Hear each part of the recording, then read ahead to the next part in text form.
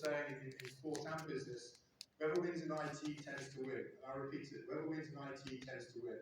This definitely came from my business background, my Xerox background, my leasing and finance background. Whoever wins in IT tends to win. One of the first things I did with the rugby team was insist that all the players were given laptop computers. I promise you at the time, less than 5% of the team had a clue how to use a laptop computer. I mean, the players from Leicester, my club, couldn't spell laptop computer. So this is going to be quite challenging. This wasn't some sort of geeky idea. This was a line in the sand. Because I absolutely believe whoever wins in IT tends to win. And the reason I was doing it, two key reasons. One, whoever wins in IT tends to win. But I was trying to find out really quickly from every individual in this team, who are the sponges, who are the rocks? Who are the sponges that have the capacity to take on new learning, new skills, put themselves out there into pretty awkward positions? And who are the rocks who are just going to fold their arms, cross the legs, and go, this is all complete BS, this guy won't be here for very long. And I promise you, at the time, I was absolutely ridiculed by my friends in the media, because all these tough nut rugby players, Martin Johnson, Delaney, and Leonard, all walking into the hotel, carrying their laptop computers, and the press had a field day. What on earth is he doing? What has a laptop computer got to do with playing rugby? Why is he not giving him more raw meat, which was my favourite headlines at the time? And the reason I was doing it, as I said already, whoever wins in IT tends to win, sponge and rock. And I'll share with you, and there were some casualties. There were one or two very talented players. Remember my saying, talented learners not enough. There were some very talented players who just didn't want to go down this journey. Quite simply, they had to go. So we lost a few players based on this fact alone. But I'll share with you one of my all-time favourite photographs. The three players on this photograph now I showed it. But I've been in job just a few months. We're now on a training camp somewhere north of Brisbane in Australia. And this is a picture of the England front row at the time. Those who don't follow rugby, the front row is these three tough nuts who play in the front of the scrum. You don't want to meet after dark. Here's one of my favourite all-time pictures of the England front row.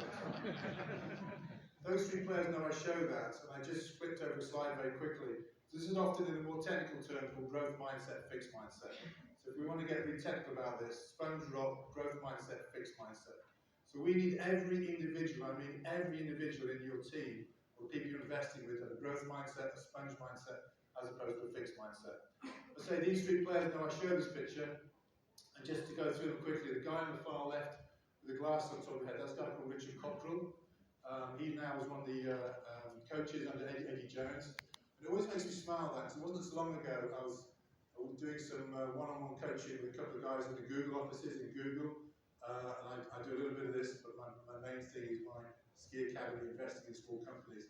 But I was doing some one-on-one coaching, and I was in the Google offices. It was all getting a bit heavy. And this guy from Google said, look, let's have a break. I want to take you downstairs to the Google R&D area. So I said, great. So we went down to the Google R&D area. And they showed me these things called Google Glass. If you've never heard of Google Glass, Google them. So quite simply, you put a pair of glasses on, and on the side of the lens there's this dial, and you focus your eyesight on these icons. And the computer starts to jump around and do all these crazy things. And it's really spooky stuff. But I immediately thought of this picture behind me of Richard Cockrell on the far left as you look at it. Because Cockrell's thinking, if I look at this computer long enough and hard enough, it will burst into life any moment in time. At the time I dismissed him as an idiot, but didn't know he was probably 25 years ahead of his time. The guy in the middle is a guy called Graham Roundtree. I promise you, ladies and gentlemen, these guys' fingers are seriously big. So teaching these skills was quite challenging. The guy on the end is a guy called Darren Garforth. You can see by the state of his legs, we just played a game. But to be fair to those three players, when we showed them exactly what you get off the internet, you'd be amazed how quick their uptake of knowledge and understanding actually was. So we had this big kind of crusade on IT. And the main reason was to make, quite simply, trying to find out who are the sponges, who are the rocks, who are the individuals that have capacity to learn and take on new knowledge. So I use this saying about whoever wins in IT tends to win. I guess there's one or two of you thinking, okay, get it from the business point of view and the commercial point of view. But come on, you've been a bit kind of far-fetched thinking the England rugby team went on to become the #1 ranked team in the world. We've never been anywhere near that with the Rugby World Cup, just because your players use IT and technology. So what I want to show you is a bit of software, just to kind of bring this to life so you understand what I mean by this. We're looking at the actual characteristics of champion individuals, about being students, about being teachable, about being sponge. I want to show you this bit of software, just to bring this to life, about called Prozone. Has anyone in the audience ever heard of Prozone? Excellent. 2 or 3, okay, that's excellent. When I took over the rugby team, I'd never heard of Prozone, but somehow the salesman from Prozone got hold of me. And what's kind of